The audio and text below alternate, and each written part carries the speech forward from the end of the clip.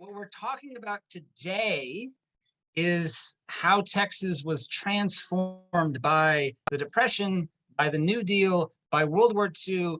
We said it the first day of class, this isn't a class, but first session we had, that it's this whole period, the 1930s and 40s, that will remake Texas into much more the modern form that you and I experience today. This is the crucible period, right?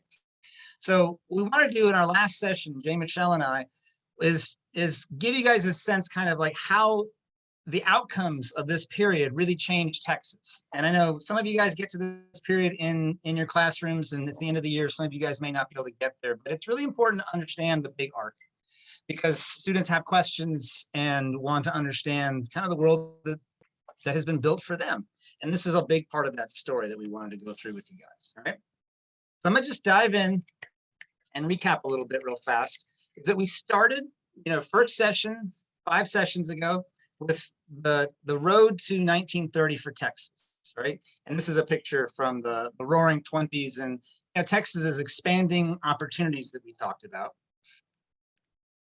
But it's the Depression that rips everything down, right? So we talk about a transformative period. The Depression plays this incredibly powerful role in ripping everything essentially to the ground, and then it's slowly being rebuilt.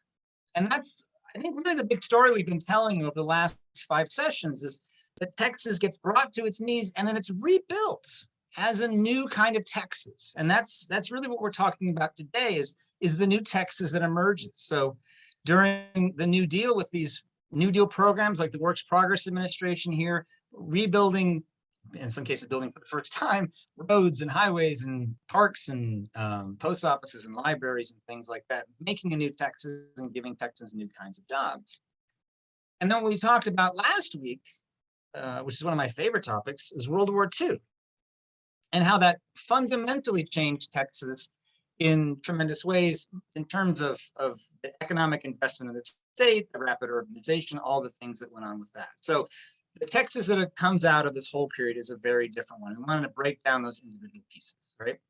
So the first essential question set that we're going to talk about is how this period changed the Texas economy and made it more stable, right? And made it more urbanized. Those are going to be related. And then also how that whole process at the same time split the Texas Democratic Party in half and really challenged the political structure within Texas in ways that are going to have long-term effects in the state. Okay, so let's dive in. All right. So the first part of that, the New Deal in World War II will change the Texas economy forever. How and why? Well, it takes Texas from being majority farmers to majority urban dwellers who have jobs in cities like Houston or Dallas or Waco or Austin or San Antonio. All right. As we said the very first session, when you get even up to 1930, most Texans live on the farm. Most Texans grow cotton, and most Texans, for those reasons, are dependent on cotton prices going up or down, the changes of the weather, and that had made most Texans quite poor by the time you get to the 1930s. Then, when the Depression comes through, it absolutely destroys the cotton economy. We talked about that in great detail, right? It rips everything down to the floor. It also tears down oil. So cotton prices go down to 5 cents a pound, and then oil goes from $1 a barrel down to 5 cents a barrel, right? Everything about the Texas economy is absolutely collapsed. And that's a key thing for the transformation that follows. Because without destroying that, you're not going to build a new base. So when they destroy cotton, they destroy oil long term, but when they tear it all down, Texans have to find other ways to feed themselves, to make money, right? And especially if you lived in the panhandle of Texas, where you have the Dust Bowl in the early 1930s, I mean, that kicks literally 200,000 Texas farmers out of cotton country at the time, and they've got to find new ways to make a living. And so when the New Deal arrives, as you guys know, these Texans eagerly take those jobs because they're the only thing they've got available. It gives them opportunities, it gives them jobs, it takes them off the farm, right? And it takes them to wherever these jobs are. Now, CCC worked all over Texas and sometimes in very rural places like Big Bend National Park. A lot of this stuff happened in little tiny towns or even big cities like Dallas and Houston and San Antonio, right? And so you took all of these jobs in these different places.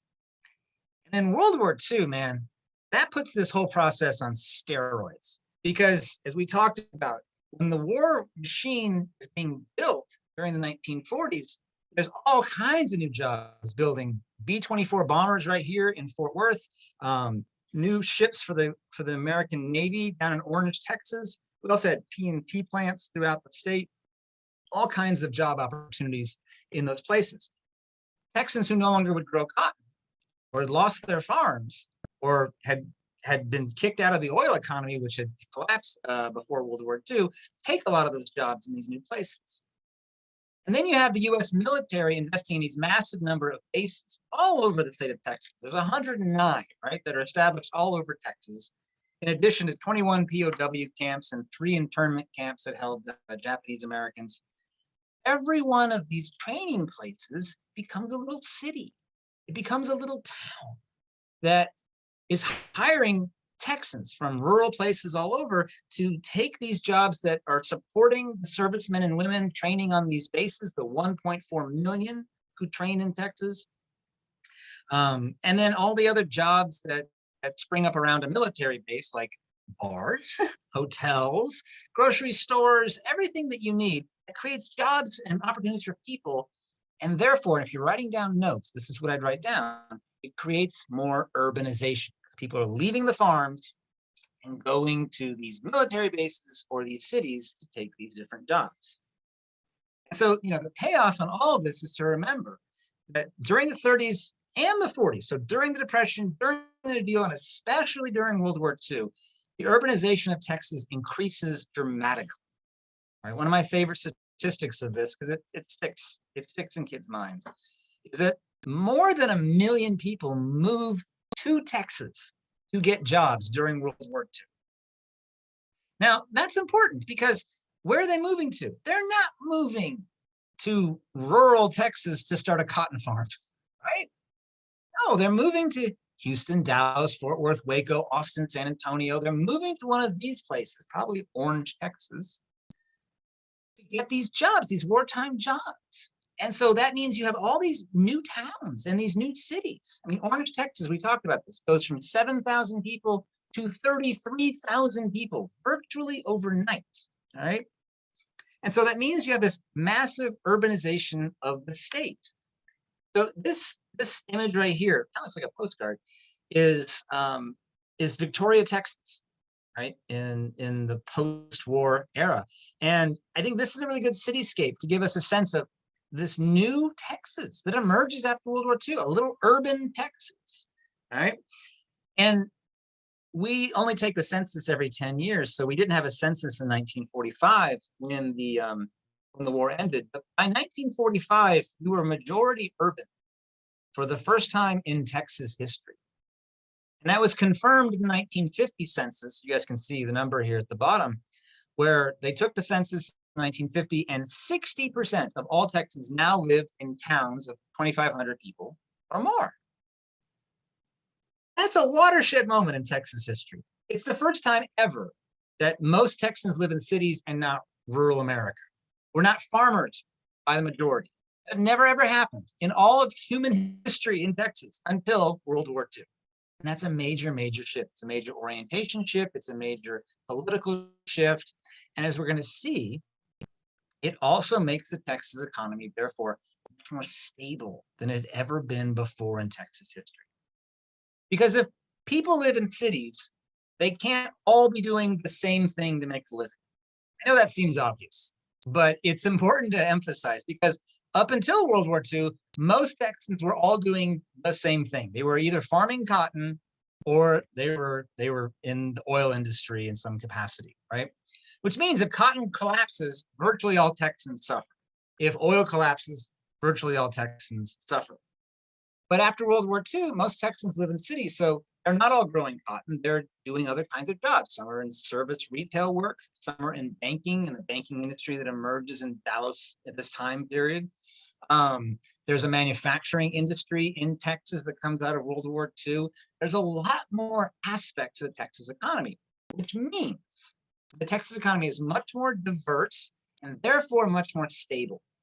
Because now it's not just two things, cotton and oil. Because if one of those two things goes down, the whole Texas economy goes.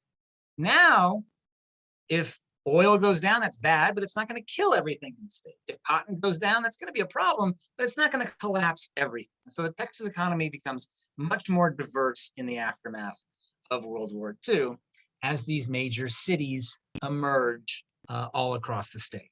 And this is when you have Dallas and Fort Worth and Houston in particular springboarding ahead in terms of population growth and everything that comes with that. So that's one major shift, economic shift tied to the urban shift, right?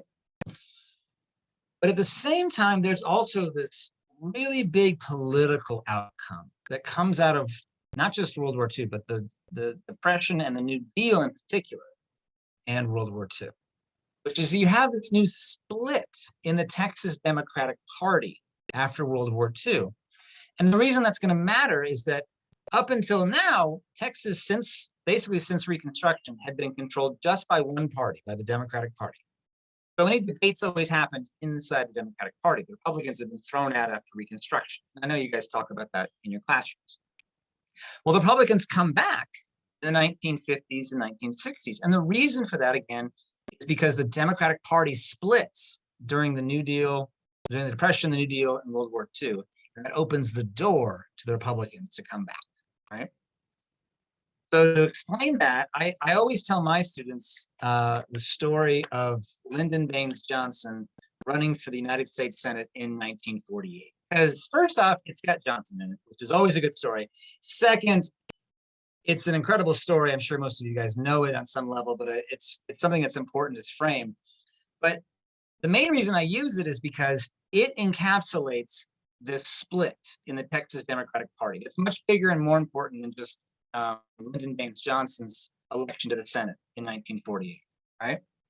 So in 1948, Johnson decides he wants to run for the United States Senate. So he's over here on the right, obviously.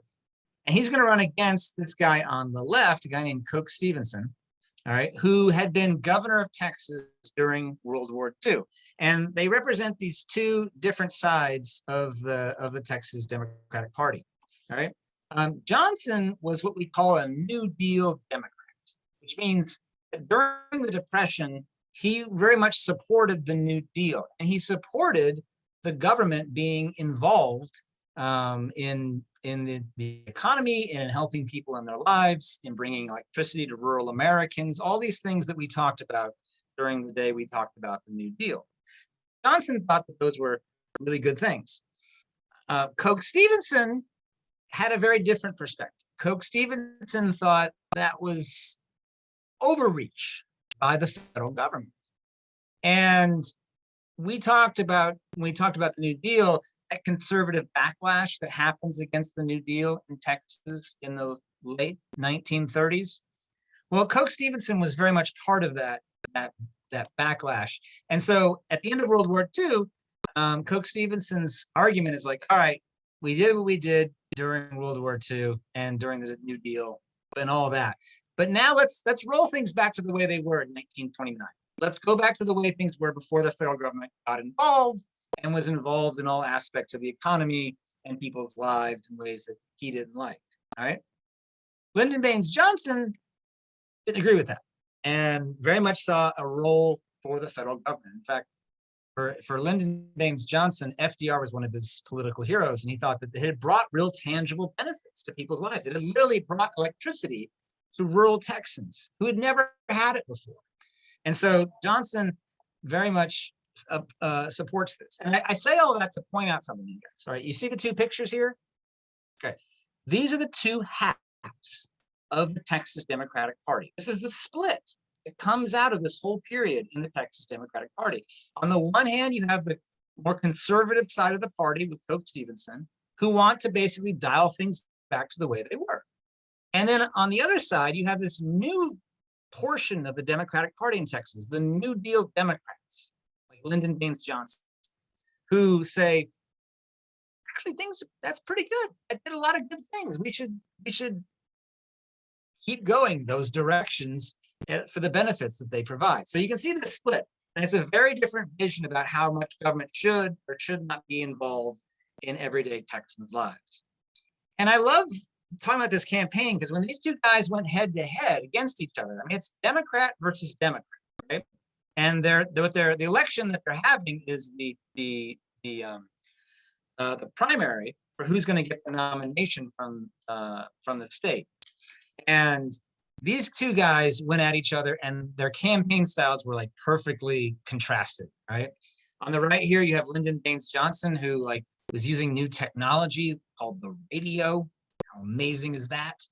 He's got a helicopter he's using to fly around the state, right? With his microphone that doesn't look anything like what Britney Spears used to wear, strapped to his chest right there. And on the other side, so Johnson's real newfangled here, right? On the other side is Coke Stevenson, who with his pipe basically just would stand there at rallies and go, "We should go back to the way things were." And he was very old school in all ways that he would do it. Johnson, I mean, he was all about the new things. He was all about the new abilities. He'd take his helicopter here. He flew all over the state. He campaigned relentlessly. I mean, this guy was a political animal. If you know anything about Lyndon Baines Johnson, he's a fascinating cat. But he would campaign like 20 hours a day to try to win people over to his side. And so when the election happened in 1948, both Johnson and Coke Stevenson's camps were very nervous about the outcomes of all of this. And so, today when there's elections, you guys turn on, whatever news station, and they've got a big map there, and they've got totals coming in and all that sort of stuff. They didn't have any of that back in 1948. What they would do is that they would have, each campaign would have its people stationed at polling places all over the state, and they would call in with numbers as counts were being done to the headquarters so that each side would know what was going on and if they're winning or if they're losing and what that looks like. So Johnson and Stevenson both had people all over the state. And as the returns kept coming in, they were very close, like really close. And both sides were nervous that somehow the other might surge ahead at some point. Well, as the night went on, it looked like Coke Stevenson was starting to pull away just a little bit. He just barely had a lead on Johnson as the polls were closing. And then at the last minute, and I do mean the last minute, there were 200 votes that came in a county in South Texas called Jim Wells County. And when those 200 votes came in, they were all for Johnson. And they managed to put Johnson ahead by 87 votes. So you think about the Texas Senate race of 1948 came down to 87 votes that put Lyndon Baines Johnson ahead. And so he got the nickname after this of Landslide Lyndon, which was just kind of making fun of how close the election was, right? So you think about that, 87 votes. That sounds remarkably thin margined there, right? And it came from precinct 13. And this is a picture of that. So this is from Jim Wells County, which I love this picture for so many reasons, but one of which is like, if you're going to have a county sheriff, this guy on the left, that's what you want the county sheriff to look like, right? That is my image of a county sheriff from this period. Well, Coke Stevenson's crowd was suspicious about what had happened, so they sent people down to investigate. And when they got to Jim Wells County, they looked at the voter registration books. And today, when you vote, you sign your name. And that was true back then. And they looked at it, and it turned out that those 200 voters who'd signed in had signed in alphabetical order, and they'd all signed in with the exact same handwriting. And quite a few of them were actually dead and were no longer alive to actually be voting. So either 200 dead people lined up in alphabetical order with the same handwriting to all vote for Lyndon Baines Johnson, or there's some shenanigans going on. Maybe the suspense. There were shenanigans going on. And what ended up happening is that Johnson's team had cheated here and stuffed the ballot box. So you're saying to yourself, well, why doesn't Coke Stevenson say something about this? Well, the problem for Coke Stevenson is that he had also cheated. And his men had also stuffed the ballot boxes in lots of places. And so they both cheated on each other's votes all over the state of Texas. And my point in telling you all that is simply to say, Johnson's going to win by 87 votes. And that's going to change both Texas history and American history, because it's going to go on to this amazing career in the United States Senate.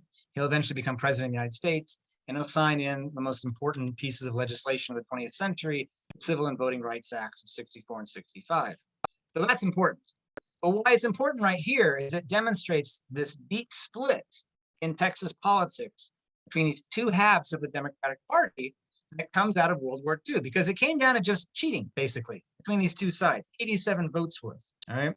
And that is going to tear apart the Democratic Party going forward, and it's going to open the door for the Republican Party to return to Texas in a way that it's going to in a big way in the 1950s, 60s, and ultimately 70s. Okay? So I'm going to pause there, and I'm going to hand the floor and the microphone over to my good friend, Jay Ferguson, who's going to give you guys some resources. All right. I hope everybody's doing well on this Monday. I'm going to share with you a lesson that I've done. I did it both during COVID and then before COVID. And I've done it a couple of different ways. And I know we talked last week. I know in my group is like, all right, World War II, and everybody's kind of going, hey, I don't know if I really can even get to this. Haven't in a while, et cetera, et cetera. So, and I get that, and I respect the fact that you may or may not be able to be able to do it. So what I've done, this has been classroom taught. Like I said, I've taught this a couple of years. In the way I do World War II, the boys always like the Pearl Harbor images and whatnot, and that sort. But there's also the teachings that we have, which are very far and few between for this time period in Texas history. Still need to meet these, and even if when we're testing, we're still trying to ensure that we're hitting the industrialization teak, the urbanization teak, the migration patterns, et cetera. So this particular little presentation, you can do it a number of ways. I've done it both ways. I've done it just straight up lecture and then have classroom discussions associated with it. But I've also done it as a gallery walk too. But it's short, it's 8 slides. It's meant to be standalone. It's not listed as a hook exercise, but you can take bits and pieces of it. I know a lot of my counterparts in my district will take just the graphs that are associated with this and use them as part of their presentation. But it really kind of just talks about what Dr. Torget's been talking about today, what we talked about last Monday, the effects that World War II had on Texas. Not only with the wartime efforts with it, but also the shift in urbanization, which is a really good one. And I've actually taken this graph and just included it with the other 3 as well too. But also giving a timeline, which we always like to do our timelines associated with Texas history, and showing, and this has a really good conversation piece, ties what we've been talking about with the New Deal back into it, as well as in the gross domestic product. This would be a new term, obviously, for our 7th grade students. But it could always be a really good understanding associated with the activity. So I have basic information, the social effects for men and women, African Americans, Mexican Americans, what they faced, what their contributions were. I'm not talking about really, I do talk about Hector P. Garcia, who's part of the GI Forum, American GI Forum, which I feel like that's a good one to weave into it. It's taking some names that we do have in the TEACs associated with that. But I also have a activity for the students with this, and this is where you can do it, presentation up front, if you wanted to do that, a teacher-led discussion, and or you can do a gallery walk. And this is basically follows the presentation as that I've shown you. And you can eliminate, you can add to. The intent behind this is, it is a little student heavy driven on the piece of it, but the other side of it is too, I don't use all the questions.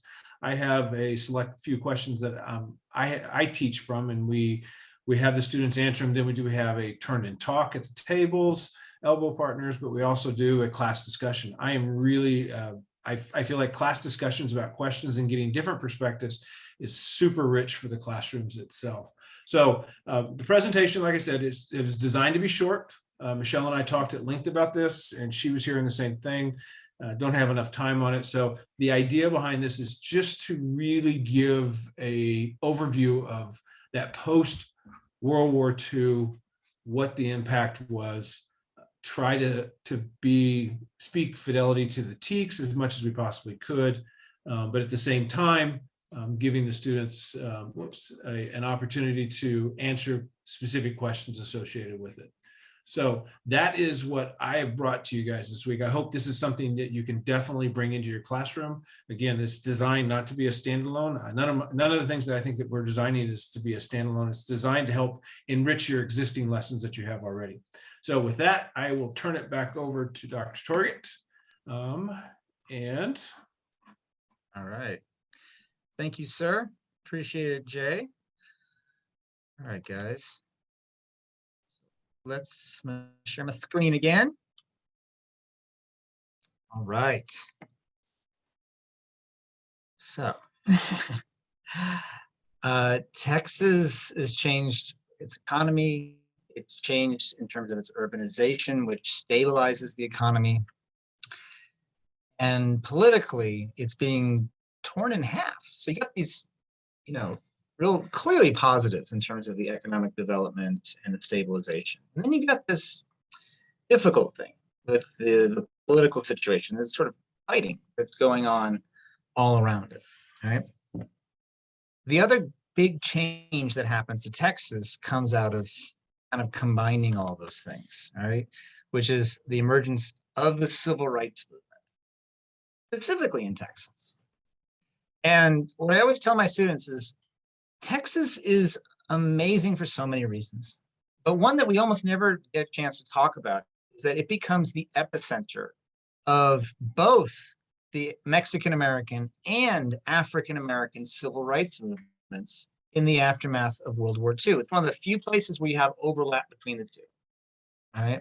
And it becomes the center of both of them. And so that's the story that I want to tell you guys now, because I think this is the thread that comes out of this period that really connects as much as anything else to the modern day. So the essential question here is why? Why did Texas emerge from World War II as the center of both the African-American and the Mexican-American civil rights movements? So when I'm talking about changes, I always emphasize to my students that World War II reignited the civil rights movements in Texas. And part of the reason for that, honestly, is because of the war we fought in World War II. Who are we fighting? The Nazis. Who are fighting for what? Aryan white supremacy. So it shone a really big, bright light on inequalities in the United States when we're fighting for liberty and freedom and all those wonderful things overseas, but you don't have them necessarily back in a place like Texas that's under Jim Crow. And the reason that this is so powerful after World War II is that you don't have just Anglo-Americans from Texas going into the war and fighting. You have African-Americans, you have Mexican-Americans in large numbers in both cases. And I mentioned briefly Dory Miller and Macario Garcia during World War II. Those people are coming back. And it's when those veterans come back in huge numbers that, there's something that's changed about fighting in a war, and that you're fighting for liberty and independence and risking your life. And in many cases, people paying the ultimate sacrifice. And then you come back and you don't have those freedoms yourself, right? A lot of these guys talked about, while they were in Europe, they could get a hamburger in any restaurant in Paris, France. But if you came back and you're in Paris, Texas, you can't get that hamburger in a restaurant with white people. And so you have this movement of veterans who are coming back, or in some cases, their families are emboldened to seek out their rights because of the sacrifices that their loved ones made. So one of my favorite examples of that is this gentleman here, Felix Longoria, who was from a small town in Texas, Three Rivers, Texas. My family's been there. I've been there a few times. It's not a very big town now. But he was shipped out during the war to the Pacific in 1944.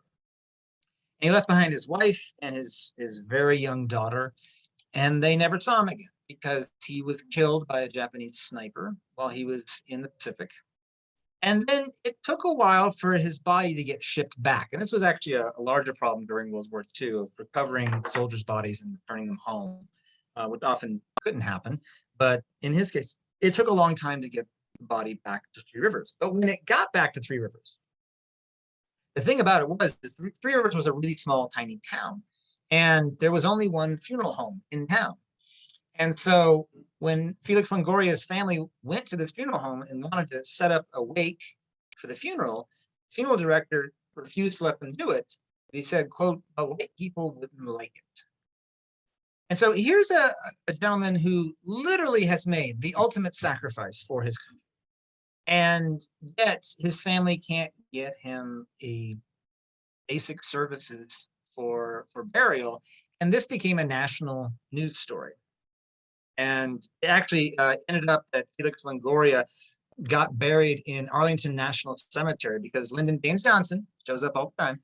He got involved and used his powers and influence in the U.S. Congress to have Felix Longoria buried not in Three Rivers, Texas, but in Arlington National Cemetery outside of Washington, D.C. And he's the first Mexican-American buried with full military honors in Arlington National Cemetery because of Johnson's involvement. But I tell that story to let you know, like, his family was, of course, not just outraged, but deeply hurt. And this became a national news story. And there were many Mexican-American veterans who came back and asserted their rights under the banner of, we served our country. We made the ultimate sacrifice in many cases. We deserve to be treated with dignity and respect. And so you have people like Hector Garcia here, who helped found something called the American GI Forum. And you can see Mexican-American veterans coming back and invoking this gentleman over here who's wearing, you know, his I always want to say cover because my family's Marine Corps. And so covers the term in the naval context. But, you know, the emblems of their service, right? And so Texas becomes a hotbed and an epicenter for the Mexican-American civil rights movement, in part because LULAC, the League of United Latin American Citizens, had been founded in Corpus Christi in 1929, and Texas was already its base. And so LULAC becomes the big organization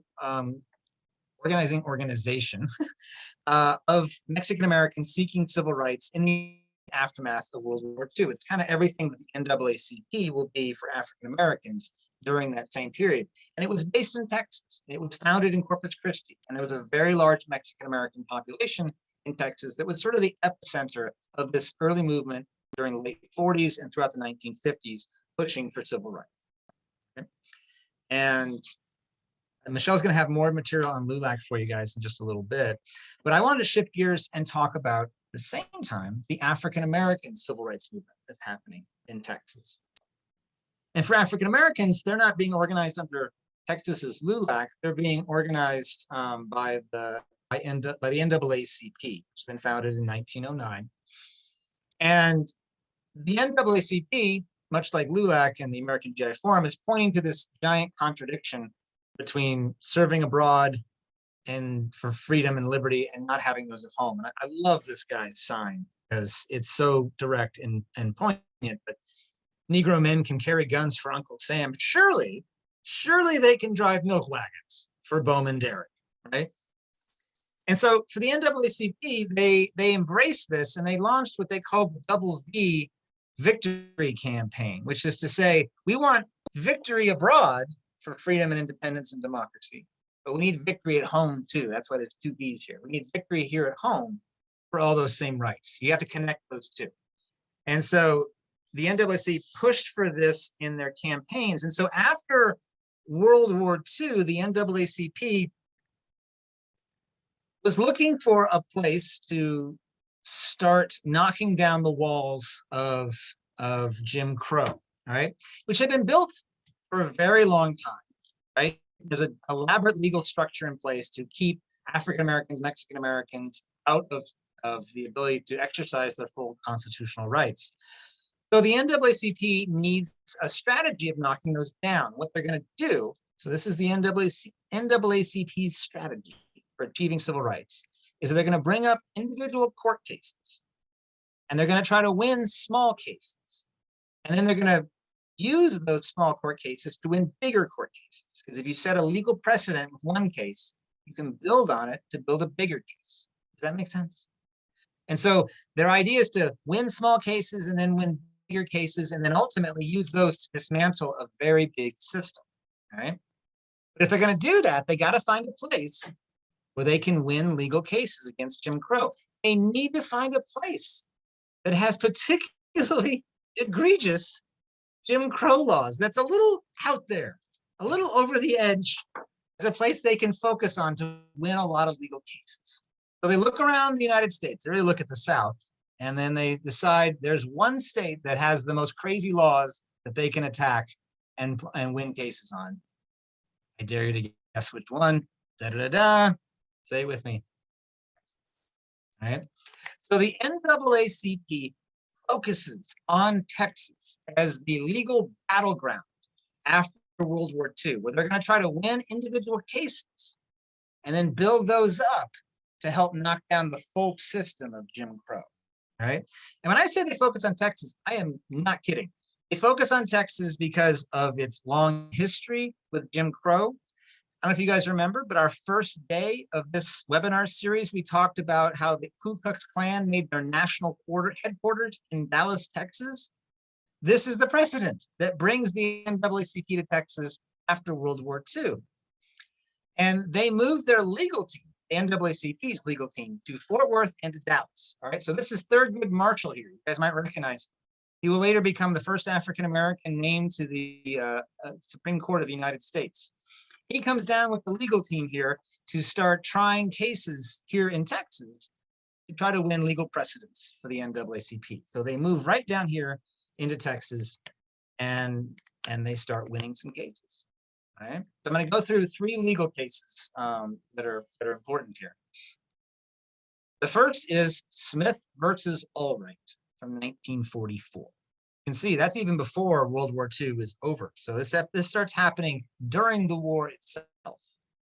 And in the case of Smith v. Allwright, it goes back to a law that was passed in the 1920s during the height of the Klan in Texas that said that only white people were allowed to vote in the primaries in Texas.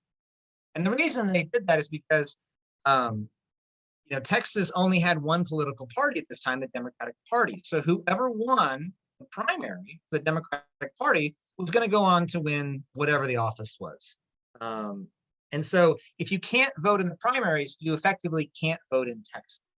And so it was a way to keep Black people from voting. It was a way to keep Mexican Americans from voting by saying only white people were allowed to vote in the primary. So the NAACP said, that's pretty egregious and in violation of the 14th and 15th Amendments. So they brought a case before the court. There was a gentleman, postal worker in Houston named Lonnie Smith. And they brought a case. They went to the Supreme Court, and the Supreme Court said, yeah, you know what? Yeah, that's not legal. You can't do that.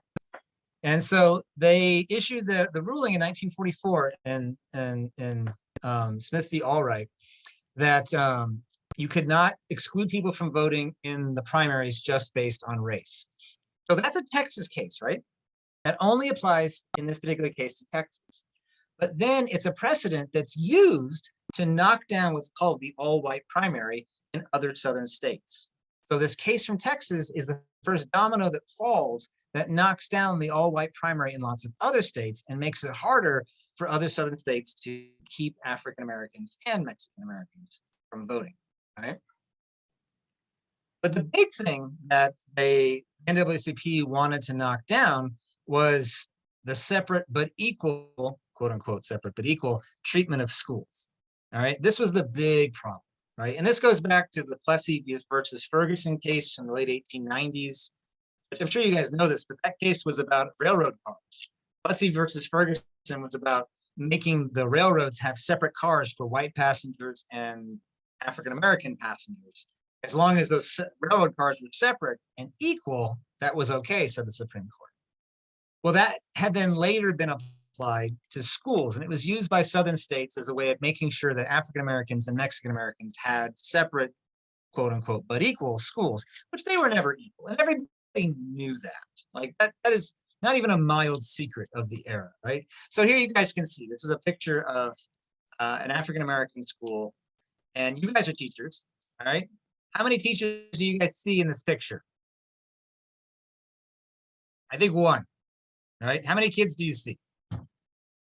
A bazillion, right? All right, how much learning do you imagine is happening in this room at any given moment? I have a hard time believing very much at all, right?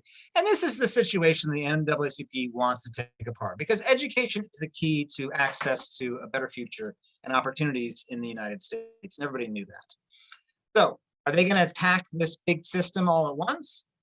No, they're gonna get a smaller case, probably in Texas, and use it to build up to knock down bigger cases. Does that make sense? So just like with Smith v. Allwright, they're going to try to win a smaller case and use it to build up. And they're going to do it in Texas again.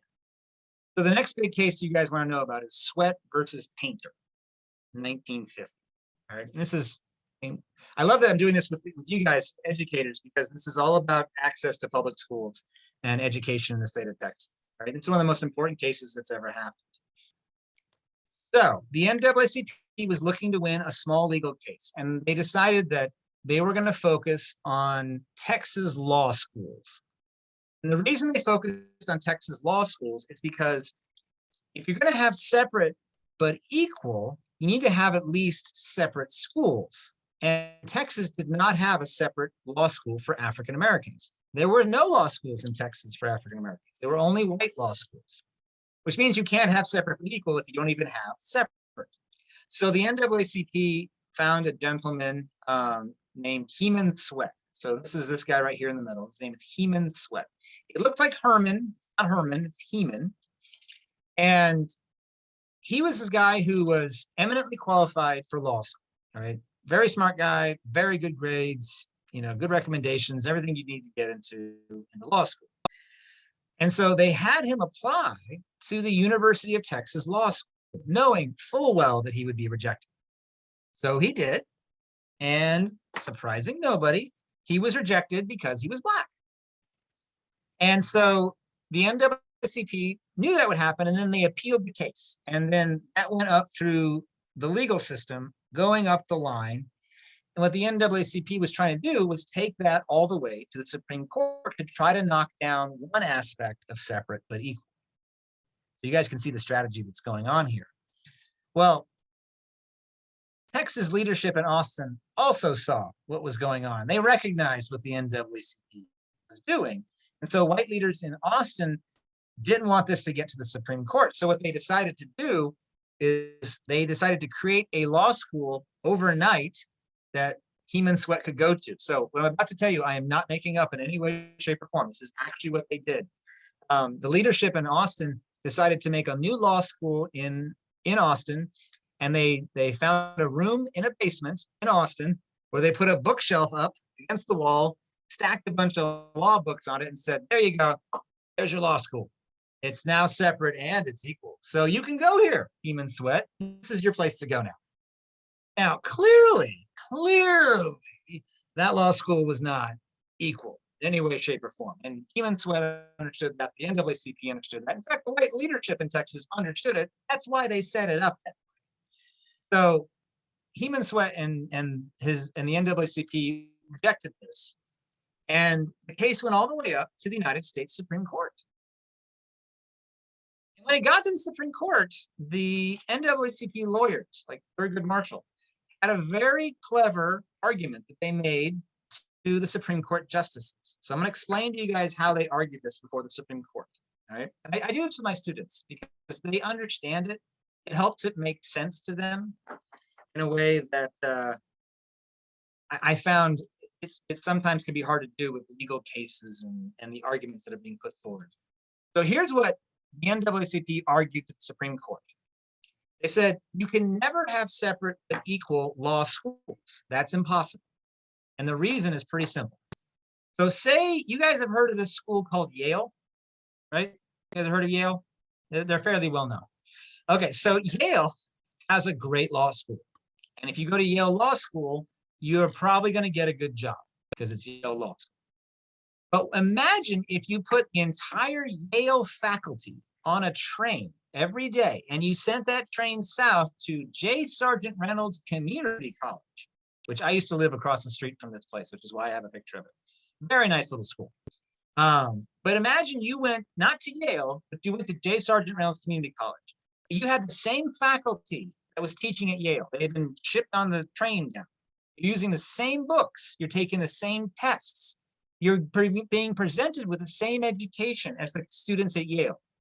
But when you graduate, you don't have a Yale diploma. You have a diploma that says J. Sargent Reynolds Community College. Are those two degrees equal? No, of course not. They're not equal at all. Why? Because Yale has a reputation for being Yale. And that's just a fact of time. And you can't fake that overnight.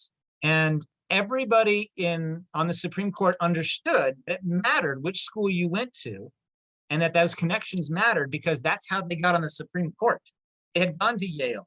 They'd gone to Harvard. They had gone to University of Chicago Law School, right? So the point here is that even if you did have the same education, they're not going to be the same diplomas. So separate does not equal in the terms of law schools, right? That is the basis that the Supreme Court could not deny. And it meant that they ruled in favor of Heman Sweat. So the Supreme Court in Sweat versus Painter in 1950 rules that separate but equal does not work, can't work, won't work. And so they strike down separate but equal just in law schools. See, this is a small case. I mean, it's a big one, but it's only applying to law schools. Does that make sense? But what's going to happen, you guys can see this, right? If that logic applies to law schools, that logic then will start being applied to other places, all right? And so the Sweat versus Painter case opened up law schools, but it very quickly opened up higher education in the state of Texas. And so schools in Texas during the 1950s started desegregating one at a time. University of Texas, El Paso was one of the very first, and it spread east from the western parts of the state. But by 1958, as you guys can see at the bottom here, about 2/3 of Texas colleges and universities had integrated their classrooms. And that's a direct result of Sweat versus Painter. By the way, I just want to point out right fast, it was easier to desegregate colleges by race than it will be by gender. It will not be until the 1970s with Title IX in 1972 that public universities in the state of Texas will all integrate and allow women in.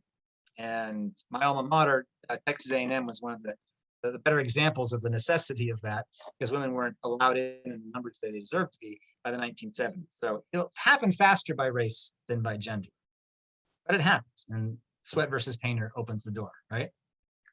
But here's the thing, Sweat versus Painter in higher education, that's important, but that's not K through 12, right? And that's the big problem that Jim Crow had presented with separate but equal in the public schools from kindergarten up through high school. And so it is the Sweat versus Painter case that makes it possible for the NAACP to win in Brown versus Board of Education. I know all of you guys have heard of Brown versus Board of Education in 1954, right? Where, and this is my favorite line from that, that ruling, in the field of public education, the doctrine of separate but equal has no place. We talk about this as a landmark case, and it was, absolutely was. But it's only possible because of the Texas case, Sweat versus Painter. Sweat versus Painter makes it possible because they established the precedent, the logic that Supreme Court justices then apply to public education, not just in Texas, but across the entire United States. So this ripple that begins in Texas remakes education across the entire United States of America in ways that you and I are very much feeling the effects of to this very day. Right? All those pieces come back to the stories that we've been telling these last 5 weeks, right? And these forces that produce this massive, in this case, very much for the better change, right? And so you can see this is, again, Thurgood Marshall here with the other lawyers from the NAACP, been working in Texas and are now having these victories in Washington, D.C. They're very, very excited about all of this. But it's not all done. All right. And I want to emphasize that just because the Supreme Court ruling happens doesn't mean that there's change that happens immediately, positive change in this case that happens immediately. All right. Because the question remained, okay, can't have separate but equal, but how is that going? Like, what is that going to mean in practice? How are we going to actually like change things in some meaningful kind of way? And so the Supreme Court then went the next year and issued another ruling, which is often called Brown versus Board of Education 2. And that ruling's in 1955 when they say, okay, since separate but equal doesn't work, they said the states, which means Texas, must integrate their schools with, quote, all deliberate speed. Now, what on earth does all deliberate speed mean? Well, it kind of means whatever you want it to mean. So if you are an African-American parent and your child has a terrible school situation, you would be focused on the word speed here. Like, let's do this, right? If you're a white parent who is nervous about all of this and doesn't want their kid's school integrated because you're afraid of what that might produce, you're going to focus more on the deliberate part. Let's be careful here and not rush this, all right? And this set off a fight within the state of Texas, all right, where you have Anglo-American kids and their parents worried about what this is going to mean, African-American kids and their parents worried about what it's going to mean. And I want to emphasize right now, this was terrifying to lots of people in all kinds of ways. And you guys being teachers, I think, understand that when people's kids get involved, emotions get really high really fast in a way that almost no other aspect of society do things ratchet up quite as quickly, right? But this is what was going to happen in Texas. You have integration. These two little girls are going to be facing each other. What's that going to mean, right? A lot of Texas political leaders try to score points by saying, no, I'm not going to do that, including the governor of the state, Alan Shivers. And you can see his quote right here saying he's dead set, and I mean dead set, against the integration of public schools. All my instincts, my political philosophy, my experience, and common sense revolt against this Supreme Court decision.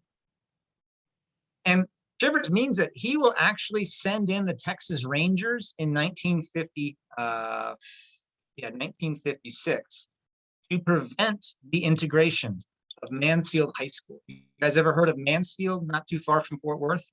It was the first public school in the state of Texas ordered to be integrated after the Brown versus Board decisions. And Alan Shivers actually sent the Texas Rangers to Mansfield to prevent the integration of those public schools, which is what happened. In fact, the state legislature went on to pass several laws to try to prevent the integration of public schools in the state of Texas. And they actually passed a law that said the state could use its state police forces, including the Texas Rangers, to prevent the integration of public schools, because there was a massive outcry amongst white parents across the state of Texas. There was a poll done at the time that said 80% of all white Texans were against the Supreme Court decision because they were afraid of whatever ramifications it would have for themselves and for their children in particular. Again, I'm not being sympathetic to anyone who's against integrating schools, but people often act quite irrationally when their fear is raised in conjunction with their kids, and people act out of fear as opposed to careful thinking on things, right? And this is a moment when Lyndon Baines Johnson becomes an even more important political figure, right? And so what I want to end with you guys is the story of his road to signing the Civil Rights and Voting Rights Acts, which again, I think is one of the best symbols of the change that comes out of World War II. And how Texas is not just changing in powerful ways, but it's becoming the center of national politics in a way that's going to change the entire United States. Because Johnson, as we just talked about, he gets elected to the United States Senate, right, with his 87 vote victory, landslide Lyndon. And then he becomes an incredibly powerful force in the United States Senate. And he does that for lots of reasons, but he takes advantage of his influence to help push forward civil rights. Why? Because Lyndon Baines Johnson believed in civil rights. Lyndon Baines Johnson believed that the real problem facing most Americans was poverty, and that fighting about race was just something that got in the way of that and distracted people from the real problems in society. And he believed very much in dealing with the challenges of segregation, because he thought it was a much better place and a much better Texas and a much better America if we could undo the Jim Crow laws and all that went with it. So he supported some very early civil rights legislation, like something no one's ever heard of, the 1957 Civil Rights Bill. All right. I'm going to fast forward to a lot of stuff, but his rise in prominence means he's on the ticket with Kennedy when Kennedy's elected in 1960. And then when Kennedy's assassinated in November of 1963 in Texas, of course, Johnson becomes the first Texas president. Here he is taking the oath of office on the tarmac of Love Field with Jackie Kennedy next to him, and becoming president of the United States. And Johnson's got a lot of things to deal with. He's got the Cold War to deal with. He's got discord growing across America. He's going to inherit the Vietnam War and all the complexity and ultimately bloodiness that comes with that. But he also inherits this growing civil rights movement that has been centered in Texas, but now has really caught fire across the southern United States. And so Johnson is going to use this moment in the aftermath of Kennedy's assassination to push forward civil rights in a powerful way, because dang it, he believed in it. He really did. For all of LBJ's foibles, he really believed in civil rights and that this is something that needed to go forward, because scenes like this obviously shouldn't be happening in the United States of America, right? This is the Baltimore Fire Department opening up the fire hose on peaceful protesters. And those fire hoses, I just want to point out, like those things could rip bricks off the side of a building and take the bark off a tree. Like this isn't your hose at your house. And they're pointing that at American citizens and dispersing them for exercising their constitutional rights under the United States Constitution, the things that we hold dear and sacred and sacrosanct in this nation, right? Johnson, when he comes into office, wants to push that forward. So here he is meeting with Martin Luther King, and Johnson's trying to find ways to push forward what will become the Civil Rights Act and then also the Voting Rights Act. And Johnson was willing to twist some arms. Right? If you know anything about Johnson, he gave people what's called Johnson treatments, where he took his enormous frame and he'd get right up in your grill and he would basically lean into you until you agreed to whatever he had to say about things. He did this to all kinds of people. Like, this is Abe Fortas, which is his nominee for the Supreme Court. Like, these guys are friends and on the same side. You can see Johnson just getting right up in his grill as this sort of physical intimidation form. You can think what we want of it. But Johnson, being a white man, being a Southerner, and I would argue being a Texan, makes it possible for him to speak to the white South in a way that almost no other person could do. For Kennedy, all of his gifts, he was a man from Massachusetts who wasn't going to speak quite as clearly to white Texans or white people from Mississippi and Alabama in a way that Johnson could tell harsh truths to. And so with all of that, he pushes through the Civil Rights Act of 1964, which does away with all the legal shenanigans of separate but equal. And then he passes, I would argue, one of the most landmark, important, and long-lasting influences of American history, the Voting Rights Act of 1965, which takes away all these shenanigans that have been used to keep people from voting, like poll taxes and literacy tests and things like that, right? Johnson, with a stroke of a pen, wipes those things out of Texas and the rest of the South, and voting goes up. In Texas, it goes up, by 200,000 overnight.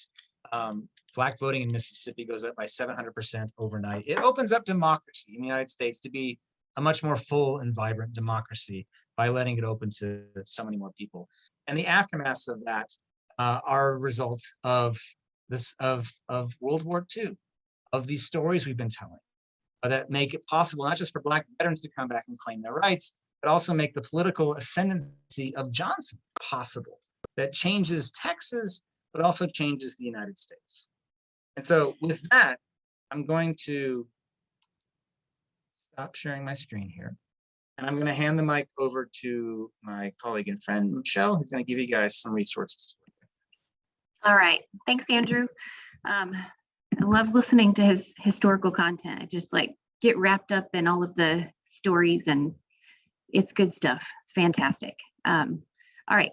I'm going to show you this first. I just sent you the document again, but it's the same document that Jay had for you guys earlier. We compiled our lessons all into one just because we know in the classroom, there's no time at the end of the school year. And so we didn't want to overload you with stuff. We just simply wanted to dial it down and give you the necessities.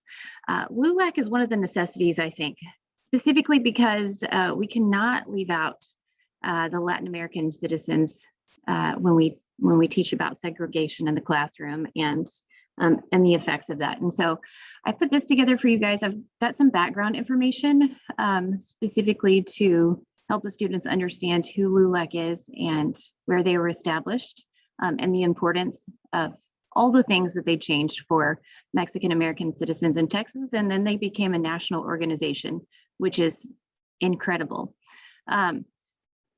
The first document that I've got to go along with it is all about President Kennedy. President JFK comes to a ball. He attends a ball that LULAC put on in Houston.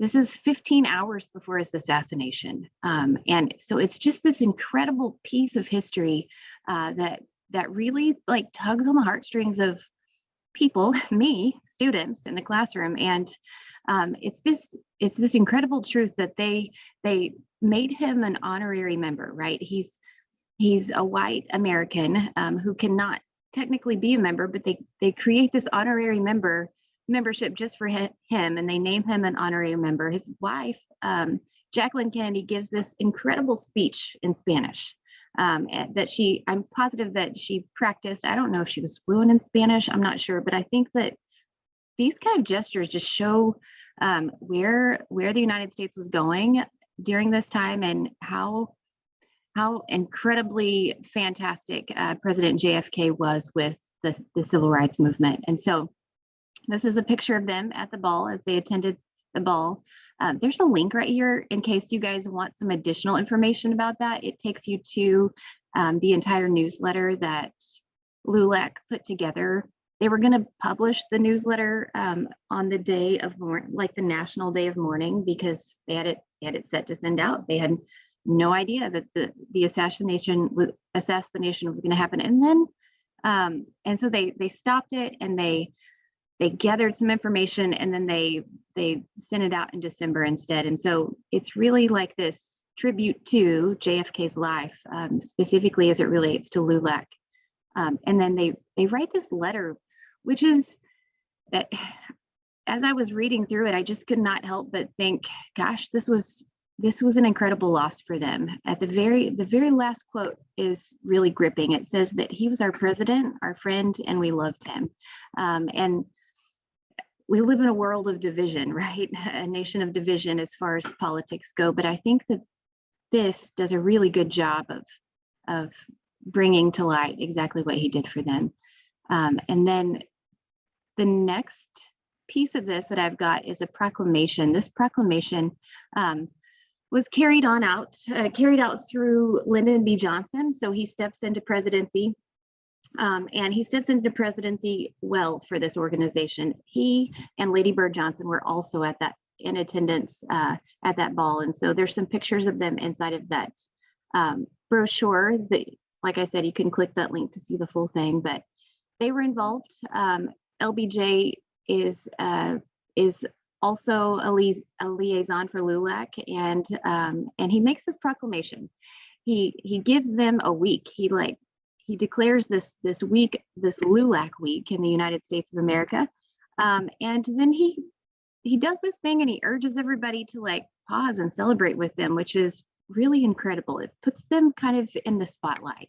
And in relation or in response to the proclamation, John Jay Herrera, he was the national executive director for LULAC during that time. He makes this incredible speech. His speech is much longer than this. I dialed it down a lot, but this speech really shows the progress. 37 years is how long they were established by 1966. And it shows the progress not only with the organization, but with the people of America. Like, it shows how far they've come. It shows the struggles. Some of the struggles are in there. And I absolutely love this part, especially for teaching purposes. It says all of this was accomplished by you and me without violence, discord, or confusion. It was all done without the evil force or without any depriving of other Americans of any vested rights. I think that is really a key part in this, and something that we need to let our students like really. You can teach it to them, or let them read through it and analyze it in a group, and discuss that. I think that needs to be a big highlight of this content, because it's huge. So that's what I've got for you with the LULAC information. Again, it's short and sweet and to the point, but it gives them a good sense of who LULAC was and what they did. And then the very last piece that we've got for you is this. Oops, sorry. LBJ and the Civil Rights Movement, that famous picture of him. And as he's surrounded, and hold on just a second, let it load. Very sorry. As he's surrounded by all the cabinet members, and MLK is directly behind him, he's signing the Civil Rights Act of 1964.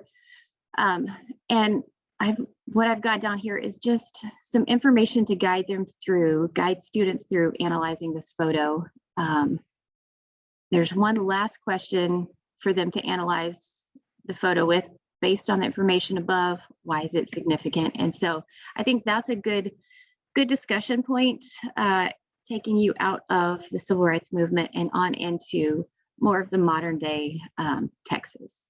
So that's all I've got for you as far as content goes. I want to show you this piece really quickly. Every time Jay and I do one of these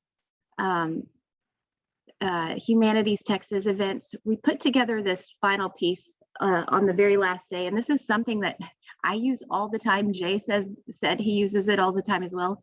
This is all the stuff. This is like all the lessons, PowerPoint presentations, lesson plan documents, all linked into one document for you guys. I'll share it in the chat in just a minute.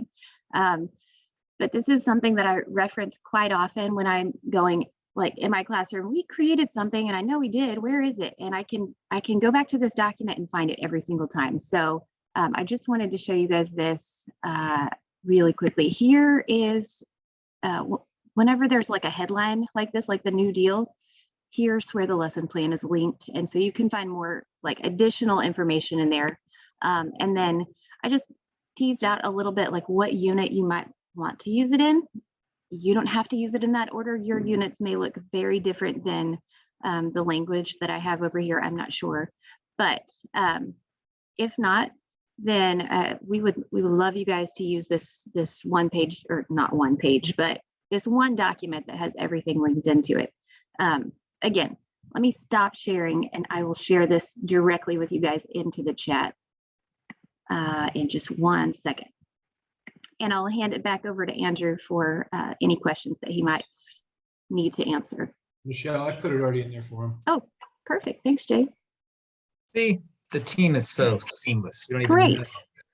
All right, guys. Well, we have, I want to say been through a lot, but we haven't. We've covered a lot. That's what we've done. We've covered a lot in our 5 sessions. We really have. I mean, the 1930s and 40s have a lot going on, but I'm really grateful that we were able to spend 5 sessions breaking out all these different pieces, because they're all so deeply connected in ways that, again, it's this crucible that remakes Texas.